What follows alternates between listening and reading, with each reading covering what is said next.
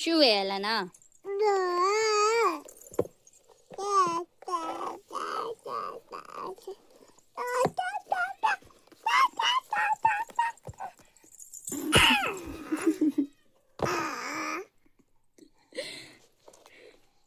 ఇడ్లీ వేస్తా.